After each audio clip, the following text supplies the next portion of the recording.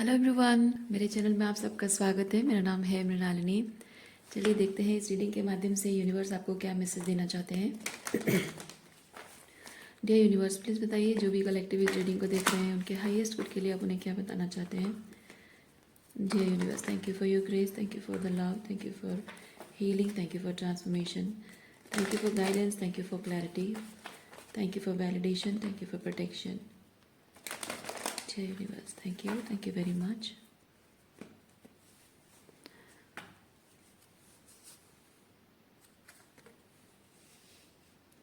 Go for it. Listen to your intuition and go for it.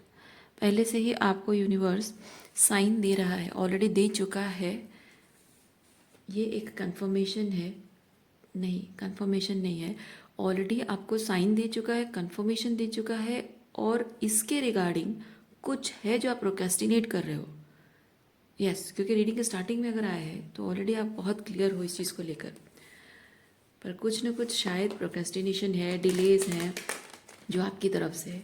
Universe की तरफ से green flag है। Okay,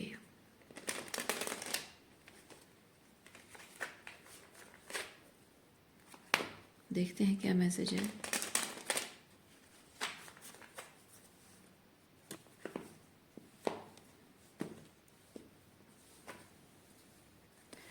हाँ, 3 ऑफ पेंटिकल रिवर्स का मतलब वही चीज़ है कि यूनिवर्स आपसे कुछ करवाना चाहता है, को क्रिएशन की एनर्जी जो कि आप जानबूझकर उसको डिले कर रहे हो। ओके, सो कुछ है जो आपके हाईएस्ट गुड को सर्व करता है और आप जानते हैं आपको करना चाहिए, आपको एक्शन लेना चाहिए, पर नहीं ले रहे हैं।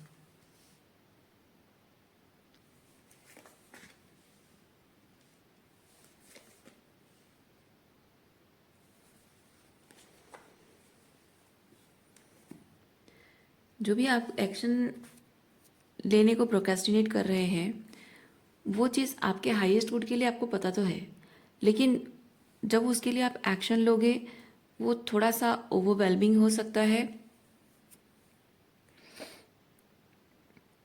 क्योंकि उसका जो फर्स्ट पार्ट है उस काम को एकम्प्लिश करने का, शुरुआत करने का जो पहला पार्ट है, इनिशियल स्टेप्स है, उसमें थोड़ा सा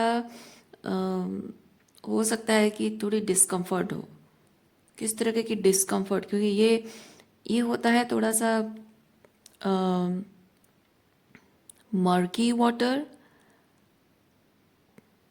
थोड़ी सी कॉन्फ्लिक्टिंग है, थोड़ा सा रिस्क है, थोड़ा सा चैलेंज है, जो कि पहले पहले बहुत ज़्यादा ओवरवेलमिंग रहेगा, लेकिन बाद में धीरे धीरे वो पानी सेटल हो जाएगा।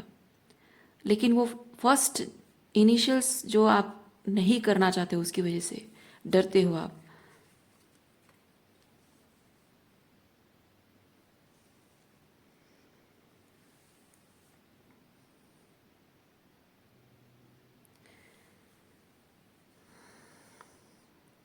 आपके आपकी कैपेबिलिटी पर, पोटेंशियल पर, डिसीजन मेकिंग, आपके मैच्योरिटी को लेकर सवाल पूछा जाएगा। हाँ, और इसीलिए इसीलिए आप डरते हैं। मतलब लोग आपको ये चीज़ कहेंगे कि तुम क्या इतने समझदार इंसान हो, हम तो तुमको समझदार समझते थे, तुम तो क्या ये बेफिजूल की बातें कर रहे हो, पागलों जैसी हरकतें कर रहे हो, दीवाना हो गए हो क्या, ये क्या पागलपन है, बचकानी हरकतें कर रहे हो, तुम्हारा जो कुछ भी आज तक तुमने ये सब किया है ये क्यों किया, फिर क्यों अपना टाइम और एनर्जी वेस्ट किया, क्यों हम सब लोगों का टाइम और एनर्जी वेस्ट किया। तुम्हें अगर अपने आप में कॉन्फिडेंस नहीं है तो पहले से ही बोल देना चाहिए था, ये सब हरकतें करने की क्या ज़रूरत थी। इस तरह की बातें लोग कहेंगे। शायद वो चीज़ आपको अच्छा नहीं लग रहा, आप सुनना नहीं चाहते हैं।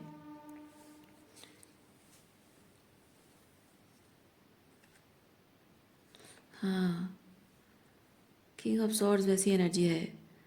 लोग आपको ताने मारेंगे, ताने कसेंगे, क्रिटिसाइज करेंगे, जज करेंगे, और ये चीज़ और लोग आपके आपके जो इरादे हैं उसको समझने की कोशिश कोई नहीं करेगा। इस तरह की एनर्जी, मतलब कि हाँ तुम जो भी कर रहे हो सही कर रहे हो, तुम्हारा दिल करता है ना तुम करो, हम हैं तुम्हारे साथ, तुम्हें चिंता करने की कोई ज़रूरत नहीं है, देखा जाएगा जो होगा, जब भी कुछ ज़रूरत पड़ेगा हम हैं साथ में, ये वैसी एनर्जी है। पर यह है कि तुम दिमाग दिमाग खराब हो गया है तुम्हारा, पागल हो गए हो, ऐसी हरकतें कर रहे हो, ये क्यों कर रहे हो, ऐसा क्यों है, वैसा है, क्रिटिसिज्म है। तो ये हो जाएगा। आप ये एक्सपेक्ट करते हो लेकिन ये हो जाएगा। यही यही चीज़ है।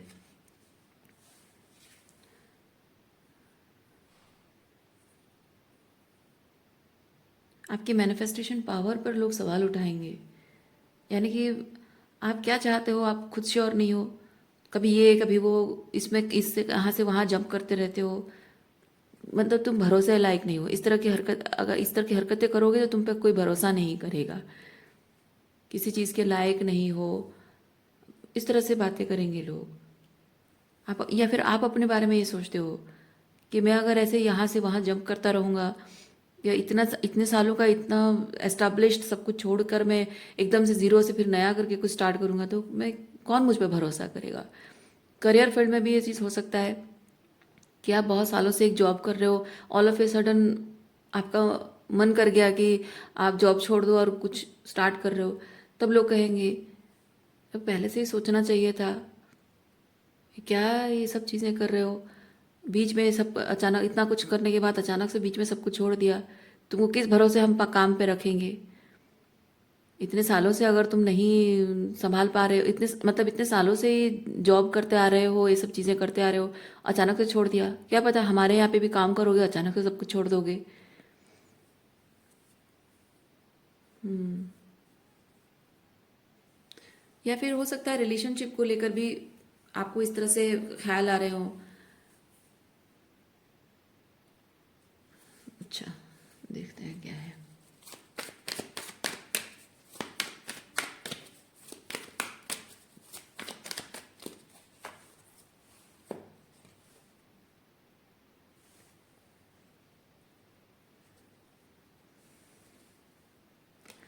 देखिए, पहली चीज़ तो ये कि आप ये जो भी एक बहुत ही established cheese with king of pentacle, कोई बहुत ही एस्टैब्लिश्ड चीज़ को आप क्रम्बल डाउन होने दे रहे हो, ख़त्म होने दे रहे हो, अपने हाथों से ख़त्म कर रहे हो, और कुछ नए की शुरुआत, नए की तरफ जा रहे हो, कुछ नया कर रहे हो। तो ये जो आप नया कर रहे हो ना, आप किसी और के लिए नहीं कर रहे हो, आप अपने लिए कर रहे हो। क्योंकि अब तक इन द लॉन्ग रन ये चीज़ आपको सर्व करता रहा है, लेकिन अब सच्चाई ये है कि आज वो आपको सर्व नहीं कर रहा है, आपके हाईएस्ट गुड को सर्व नहीं कर रहा है, तो आप उसे छोड़ रहे हो। जब तक कोई चीज़, जो जो मशीन भी है, छोटा सा अगर एग्जांपल दूँ, हाँ हो सकता है कि ये रिलेशनशिप है, करियर है, आप मशीन के साथ कंपेयर करें, आपको लगा कि हाँ क्या नहीं, पर फिर भी बात आप समझिए कि कोई मशीन अगर आपको 10 15 20 साल तक काम किया आपके लिए, तो इसका मतलब ये नहीं है कि हाँ इस मशीन ने इतनी ईमानदारी दिखाई है तो मैं टूटा फूटा मशीन को अपने साथ रखूँ और काम करता रहूँ। आप वो तो नहीं कर सकते हो, है ना, आपकी ज़रूरत इंपॉर्टेंट है। तो यहाँ पे अगर रिलेशनशिप की भी बात है, तो भी मैं ये बहुत ही सेल्फिश पॉइंट ऑफ व्यू से नहीं कह रही हूँ कि हाँ एक इंसान आपकी ज़रूरत पूरी करता था और उसे आपने छोड़ दिया, नहीं, बात ये नहीं है। बात ये कि हम जब बात when it comes to relationship, हम ये नहीं देखते हैं कि कौन हमारे किसी काम का है या नहीं है। इम्पॉर्टेंट चीज़ हम ये देखते हैं कि उस इंसान के साथ हमारा जो रिश्ता है वो बहुत ही इमोशनल और बहुत ही स्पिरिचुअल होता है। तो अगर वो स्पिरिचुअली एंड इमोशनली हमारे हाईएस्ट गुड को सर्व नहीं करता है, तो ऐसे रिश्ते टूट जाते हैं। हम चाहते नहीं हैं तोड़ना, लेकिन जब वो इमोशनली और स्पिरिचुअली हमारे साथ और अलाइनमेंट में नहीं होता है, वो अपने आप में साइन होता है कि उस रिलेशनशिप को आप आउटग्रो कर चुके हैं। ओके। और आपका आउटग्रो करना, आप कहोगे कि मैं इस रिलेशनशिप को क्यों आउटग्रो कर चुका हूँ, क्योंकि आपके अंदर स्पिरिचुअल ग्रोथ हो रही है, और जिन लोगों के साथ आप डील करते हो वो अपनी स्पिरिचुअल ग्रोथ पर ध्यान नहीं दे रहे हैं, बल्कि वही पुराने तरीके से रिलेशनशिप को निभा रहे हैं। तो हम बात उनकी नहीं करेंगे, हम आपकी बात करेंगे। तो आप स्पिरिचुअली ग्रो कर रहे हो, तो आप देख रहे हो कि क्योंकि क्या होता है, आप जब स्पिरिचुअली ग्रो कर रहे हो ना, आपको रिलेशनशिप निभाने का एक बेहतर तरीका पता चलता है। अपने ऑथेंटिक सेल्फ में जितना आते जाते हो, मतलब आ रहे होते हो, उतना ही आपको हर चीज़ में वो जो एक मिसफिट होता है, और वो जो एक मतलब एनर्जी की बात कर रही हूँ, जो मिसफिट एनर्जी होती है, जो मिस अलाइनमेंट होती है, जो रेड फ्लैग्स होते हैं, जो फिट इन वाली एनर्जी होती है, जो पैटर्न्स होते हैं ना, वो बहुत क्लियरली दिखने लगते हैं जितनी आपकी स्पिरिचुअल ग्रोथ होती जाती है। और उस वो उतना ही समझ में आने लगता है कि ये कितना मिसअलाइनमेंट है। पहले नहीं समझ में आता है ना। सो जितना ज़्यादा आप, मतलब आप अगर पढ़े लिखे नहीं हो, मैं एग्जांपल अगर दूं, आप पढ़े लिखे नहीं हो, किसी ने आपको कहा कि अच्छा ये दर्द है, ऐसा है, प्रॉब्लम है, ये दवाई खा लो, आंखें बंद करके आप दवाई खा लोगे। लेकिन जब आप पढ़े लिखे इंसान हो, कोई भी आपको कहेगा कि ये दवाई खा लो, माना कि वो उस दर्द की दवा है, लेकिन आप अगर बहुत ज़्यादा पढ़े लिखे हो, आपको पता है कि ये दवाई जो है, इसमें पर्टिकुलर ये इंग्रेडिएंट जो है ना, वो थोड़ा सा साइड इफेक्ट करता है, लेकिन उसका एक दूसरा ऑल्टरनेटिव है जो उसमें वो इंग्रेडिएंट नहीं है, लेकिन सेम काम करता है, सेम दर्द की दवा है, लेकिन वो इंग्रेडिएंट नहीं है, तो उसमें साइड इफेक्ट्स नहीं होते हैं। वो समझदारी आपकी होगी। तो क्या आप जानने के बाद भी क्या वही दवाई खाओगे जिसमें साइड इफेक्ट का इंग्रेडिएंट है? नहीं खाओगे, है ना। तो आप जब स्पिरिचुअली ग्रो करते हो ना, यही चीज़ होता है। और इसके बावजूद भी आप अगर ये सोच रहे हैं कि मैं यहाँ पे फिट इन होकर रहना चाहता हूँ, तो रहिए, आपकी मर्जी है, कोई आपको नहीं रोक रहा है। लेकिन इस तरह की एनर्जी में आप आए हो, ये रीडिंग देख रहे हो, यानी कि आपकी जो आपका जो हायर सेल्फ है, वो आपको कह रहा है कि नो, मैं फिट इन नहीं होना चाहता हूँ, मैं कॉम्प्रोमाइज़ नहीं करना चाहता हूँ, क्योंकि ये जो कुछ भी कॉम्प्रोमाइजिंग एनर्जी है, ये मेरे हाईएस्ट गुड को सर्व नहीं कर रहा। मतलब इमोशनली, स्पिरिचुअली मुझे वो अलाइनमेंट में नहीं लग रहा है, मुझे अच्छा फील नहीं हो रहा है, मैं अंडर वैल्यूड फील कर रहा हूँ, है ना। यूज्ड, अब्यूज्ड फील कर रहे हो आप। तो आपकी सोल ही खुद कह रही है, इसीलिए इस रीडिंग को आपने मैनिफेस्ट किया है।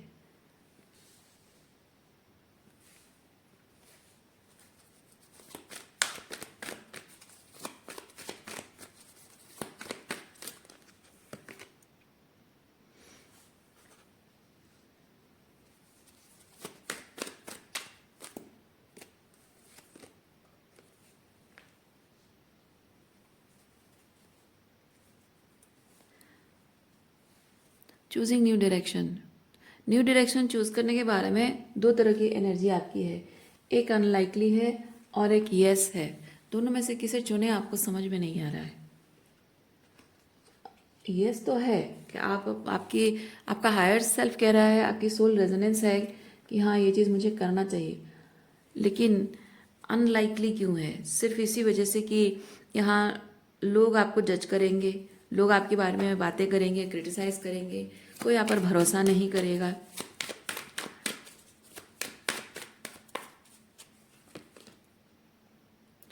लवर्स,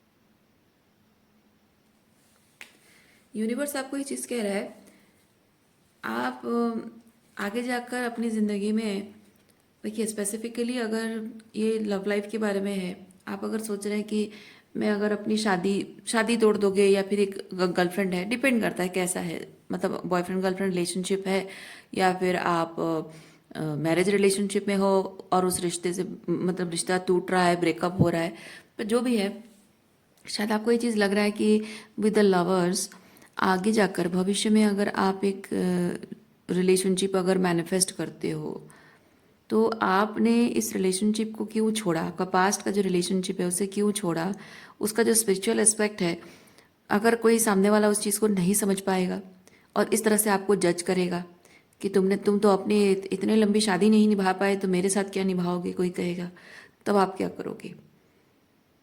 तो बेहतर है कि इसी में रहा जाए, राइट। क्योंकि होता है, ऐसा होता है, जब डाइवोर्स हो जाता है ना, तो पुरुष हो या स्त्री हो, दोनों को ही जज किया जाता है, पूछा जाता है, बहुत सारे सवाल पूछे जाते हैं कि क्यों तुमने शादी क्यों तोड़ी, ये क्यों किया, वो क्यों किया। मतलब सामने वाला जानना चाहता है कि शादी टूटने की वजह उसका पार्टनर था या वो थी, ताकि अपने आप को इंसान अ, किसी जानबूझ, मतलब आ बैल मुझे मार ना हो, है ना, उससे बचा सके। अपने आप को, इसलिए इंसान सवाल पूछता है। और आपको लगता है कि ये जो आपके स्पिरिचुअल रीजंस हैं, मतलब कुछ कुछ ऐसा particular with this night of swords, कोई पर्टिकुलर ऐसा कि हाँ मेरे पार्टनर ने मुझे धोखा दिया, किसी और के साथ रिलेशनशिप था, या फिर मुझे मुझे फिजिकल अब्यूज करता था, या कुछ ना कुछ ऐसा एविडेंट, मतलब एक सेंटेंस में आप बोल सको कि हाँ उसने ऐसा किया इसलिए मैंने उसको छोड़ दिया, ऐसा कुछ है नहीं। क्योंकि आपका शादी टूटने का जो रीज़न है बहुत ही स्पिरिचुअल रीज़न है। सो ये चीज़ फिजिकल एविडेंसेस है नहीं, ये बहुत ही साइकोलॉजिकल रीजंस हैं, इमोशनल रीजंस हैं। और वो चीज़ आप किसी को कैसे समझाओगे? क्योंकि जब उसे अपने मन की बात बताओगे कि मेरे साथ ऐसा हुआ वैसा हुआ, तो वो इंसान सिर्फ यही देखेगा, अच्छा सिचुएशन को देखेगा। उस चीज़ से आप, जो इंसान अगर स्पिरिचुअली अलाइन नहीं है, वो इंसान क्या करता है कि आप बोलोगे कि हाँ ऐसा था वैसा था, तो वो क्या करेगा, वो सिचुएशन को देखेगा कि वो सिचुएशन ऐसा है, इसमें ऐसा हुआ वैसा हुआ, इतनी सी छोटी बात, इतनी छोटी बात के लिए छोड़ दिया अपने पति को, है ना। लोग इस तरह से जज करने लग जाते हैं। कोई रोमांटिक पार्टनर क्या, सब लोग जज करने लगते हैं, इवन आपके माँ बाप भी जज करते हैं, इतनी छोटी सी बात के लिए छोड़ दिया तुमने उसको, है ना। आपके दोस्त भी जज करेंगे, पड़ोसी भी जज करेंगे। लेकिन जो कोई चीज़ एक रिपीटेटिव पैटर्न में कोई एक चीज़ हो रहा है, कोई आपकी स्पिरिचुअल वेलबींग को ख़राब कर रहा है, मेंटल हेल्थ ख़राब कर रहा है, वो कितनी तरह से वो मतलब कितनी बड़े आकार में है, वो ट्रॉमाटाइजिंग है, कितने बिग कॉन्सिक्वेंसेस हैं उसके, उस तरह के बिहेवियर के, उसकी वजह से पूरे आपके इनर मतलब कोर लेवल पे आप पूरी तरह से शेकिन हो जा रहे हो, डिस्टर्ब हो रहे हो, जैसे कि आप नॉर्मल फंक्शन नहीं कर पा रहे हो। ये चीज़ कोई नहीं समझ पाता है। कोई एक स्पिरिचुअल पर्सन जो होता है ना, वो खुद ही वो ही समझ पाता है। और शायद आपकी लाइफ में शायद कोई ऐसा पर्सन है जो कि स्पिरिचुअली अलाइंड नहीं है, उसके साथ शेयर कर रहे हो इसलिए वो इस तरह की बातें कर रहा है। या फिर आपको ऐसा डर लग रहा है कि मैं स्पिरिचुअली अलाइन पर्सन हूँ, मतलब स्पिरिचुअली अवेकन हूँ, और कोई आगे जाकर कोई अगर मिलेगा और वो स्पिरिचुअली अवेकन नहीं होगा तो फिर क्या होगा? क्या वो मेरी बात को समझेगा? क्या वो मेरी तकलीफ को समझेगा? क्या मैं उसके साथ रिलेशनशिप में आगे बढ़ सकूंगी? क्या मैं जिस भी रीज़न के लिए मैंने अपने पास्ट को छोड़ा है, वट एवर मे बी, क्या वो मेरी रेस्पेक्ट कर पाएगा? ये संदेह आपके अंदर है। पहली चीज़ तो मैं ये कहूँगी, जिनका स्पिरिचुअल अवेकनिंग होता है ना, वो रिलेशनशिप में रेड फ्लैग्स को, पैटर्न्स को समझ पाते हैं। और इसका मतलब ये नहीं है कि जो लोग स्पिरिचुअल अवेकनिंग के प्रोसेस से नहीं गुजरे हैं, मतलब आप ही की तरह बहुत ही tough spiritual dark night of soul, okay, dark night of soul की स्थिति से अगर जो लोग नहीं गुजरे हैं, वो इस बात को नहीं समझ पाएंगे। हाँ ये बात है, लेकिन हर किसी के लिए एप्लीकेबल नहीं है। जो टॉक्सिक पेरेंटिंग में, मेरा मेरा मानना है, पर्सनली मेरा मानना है, जो लोग टॉक्सिक पेरेंटिंग के इन्फ्लुएंस में हैं, वो लोग अगर डार्क नाइट ऑफ सोल से नहीं गुजरे हैं, वो आपकी स्थिति को नहीं जान पाएंगे। ओके। और जो लोग स्पिरिचुअली बहुत अवेयर हैं, अवेकन हैं, और वो हमेशा से, शुरुआत से है, might not be dark night of soul, क्योंकि जिनको बचपन से अच्छी पेरेंटिंग मिलती है ना, हेल्दी पेरेंटिंग मिलती है, उन बच्चों को माँ बाप, मतलब फादर स्पेसिफिकली हेल्दी मैस्कुलिनिटी क्या है सिखाते हैं, और मदर जो है वो हेल्दी फेमिनिटी क्या है सिखाते हैं। तो वो जो एक healthy masculinity and healthy femininity का जो एक संतुलन, एक बैलेंस, जो उसकी खुद की पर्सनालिटी में उसने देखा, सीखा और एम्बॉडी किया हुआ है, तो जो बचपन से ट्रेंड है ना, जैसे आप बचपन से ट्रेंड रहे हो, टॉक्सिसिटी में रहकर, उंडेड होकर ट्रेंड रहे हो, कोपिंग मैकेनिज्म रहा है, वैसे ही वो बच्चा हेल्दी पेरेंटिंग के इन्फ्लुएंस में रहकर वो इस तरह से ट्रेंड होता है कि गलती से भी, अनजाने में भी उसके मन में कोई ऐसे ख्याल नहीं आते हैं कि वो किसी को जज करे, बिकॉज हेल्दी पेरेंटिंग उसको सिखाता है कि किसी को जज नहीं करना है। हर किसी के मतलब पॉइंट ऑफ व्यू को समझना उसको सिखाया जाता है। अपने आप को पूरी तरह से एम्ब्रेस करना और दूसरों को समझना, वो एम्पैथी उसके अंदर डाली जाती है। हेल्दी पेरेंटिंग ऐसा होता है, ठीक है। सो इवन इफ आप अगर ऐसे किसी इंसान से मिल रहे हो जिसकी स्पिरिचुअल अवेकनिंग आपकी तरह बहुत डार्क नाइट ऑफ सोल, बहुत ही नार्सिसिस्टिक अब्यूजिव तरीके से नहीं हुई है, फिर भी देयर आर चांसेस कि अगर किसी की हेल्दी पेरेंटिंग हुई है बचपन से तो वो आपकी बात को समझेगा। क्योंकि जो हेल्दी पेरेंटिंग होता है ना, वो सिर्फ बच्चों की अच्छी पढ़ाई पढ़ाई पर परवरिश, मतलब जो होता है ना, वो सिर्फ पढ़ाई, उसके करियर, उसकी शादी, ना सिर्फ इस चीज़ पर ध्यान देना नहीं होता है। हेल्दी पेरेंटिंग मतलब होता है, हेल्दी अपब्रिंगिंग का मतलब है कि उसकी मोरल ग्रोथ, इमोशनल डेवलपमेंट, उसकी मोरल डेवलपमेंट जो है बहुत अच्छे से होती है। एक इंसान को बहुत ही स्पिरिचुअल पर्सपेक्टिव से सिखाया जाता है चीज़ों को, उसके अंदर एम्पथी डेवलप की जाती है, उसके अंदर कंपैशन, उसके अंदर काइंडनेस डेवलप की जाती है, उसको अपने आप के लिए अलाइन होना सिखाया जाता है, अपने हाईएस्ट गुड के साथ अलाइन होना, हेल्दी बाउंड्रीज रखना उसको सिखाया जाता है। अपने हाईएस्ट गुड के लिए जो स्टैंडर्ड्स मेंटेन करने हैं वो सिखाया जाता है उसको। सेल्फ एम्पावरमेंट भी सिखाया जाता है। सेल्फ एम्पावरमेंट हर तरीके से, अपने लिए भी और दूसरों के लिए भी सिखाया जाता है। एक हेल्दी पेरेंटिंग के इन्फ्लुएंस में एक बच्चे को सिखाया गया होता है। सो वो कभी भी इस तरह से आपके साथ नहीं बिहेव करेगा।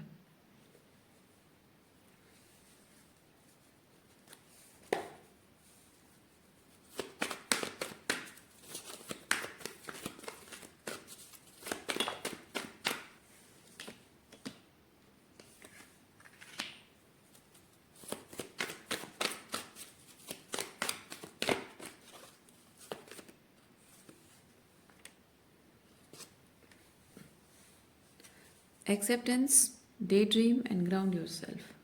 देखिए, रिलेशनशिप, जॉय, आपको इस बात की चिंता करने की ज़रूरत नहीं है कि आपकी ज़िंदगी में कोई ये क्या है, स्पाइडर, ओके।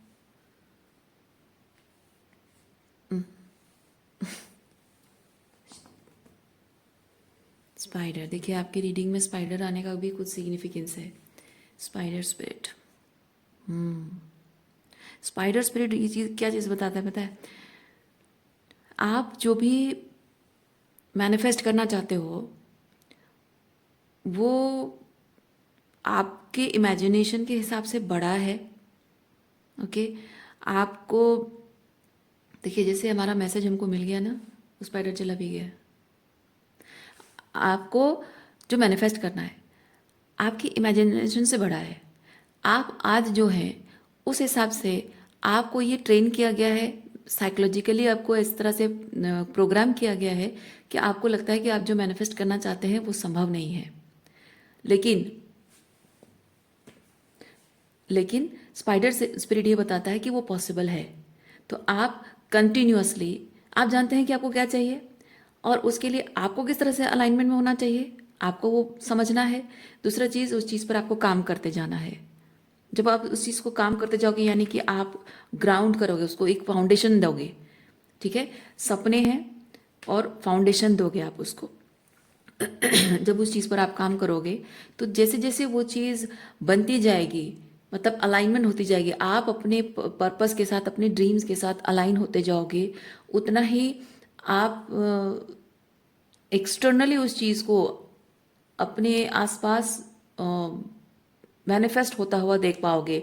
आप उस चीज़ को क्या बोलते हैं, उसको ऑर्केस्ट्रेशन, ओके, डिवाइन ऑर्केस्ट्रेशन वो होता हुआ आपको, सिंक्रोनिसिटीज़ आपको दिखने लगेंगी। सो इम्पॉर्टेंट चीज़ ये है कि आपके जो सपने हैं वो भले ही आपको नहीं पता कि वो संभव होंगे या नहीं, भले ही आपने आज तक वैसा कुछ होता हुआ देखा नहीं है, पर अपने सपनों पर विश्वास रखना बहुत ज़रूरी है आपके लिए, ठीक है, आपकी खुशी के लिए, क्योंकि आप डिज़र्व करते हो। जब आपने एक सपना देखा है तो आप जानिए कि आप वो डिजर्व करते हैं।